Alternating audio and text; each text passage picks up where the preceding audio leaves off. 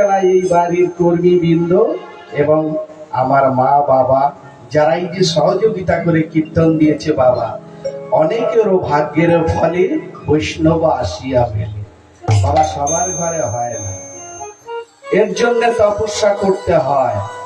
আমরা বলি যে একটা সন্তান চাই বাবা, সন্তান বললেই তো হবে না, তবে সন্তানের মতো সন্তান চাই। কেমন না, যদি তার বাড়ির বাবা মা যদি সুন্দর হয়, সন্তানটা সুন্দর হবে। তা বাবা এই জগতে কুসন্তানের অভাব নাই বাবা। তাহলে সুসন্তান পেতে গেলে তাহলে তপস্যা করতে হবে।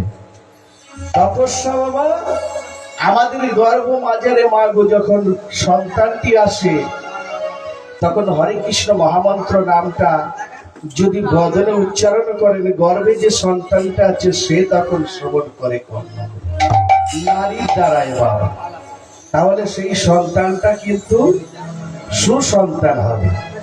ওই জন্য বলেছে যে বিবেকানন্দ মা কিন্তু সুসন্তান জন্ম দিয়েছিল। বিবেকানন্দ এখন বিশ্বব্যাপী তার জগৎ জোড়া নাম, কারণ তার মা গিয়েছিল বেনারসে বীরেশ্বর মন্দিরে।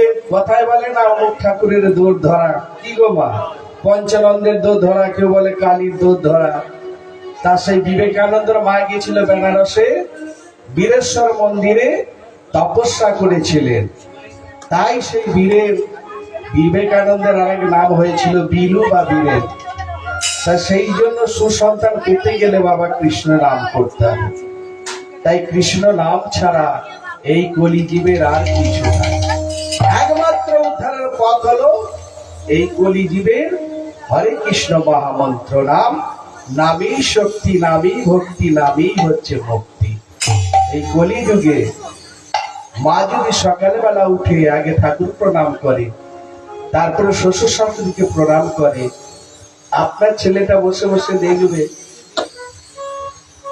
যে মা উঠলো, আগে ঠাকুর প্রণাম করলো, তারপরে শাশুড়িকে প্রণাম করলো, স্বামীকে প্রণাম করলো। এইভাবে প্রণাম করতে হয়। তাহলে এই রীতিটা থাকলে বাবা, তাহলে ছেলেটা শিখবে যে এইভাবে প্রণাম মন্ত্রটা আগে জানতে হবে। আগে চলা তারপরে বলা, আগে প্রথম হচ্ছে প্রণাম।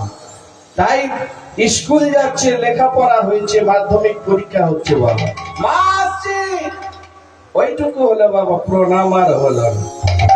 তা যাই হোক, বেশি কিছু বলবো না, লীলা আস্বাদন করবে। তবে আজকের যে ছোট করে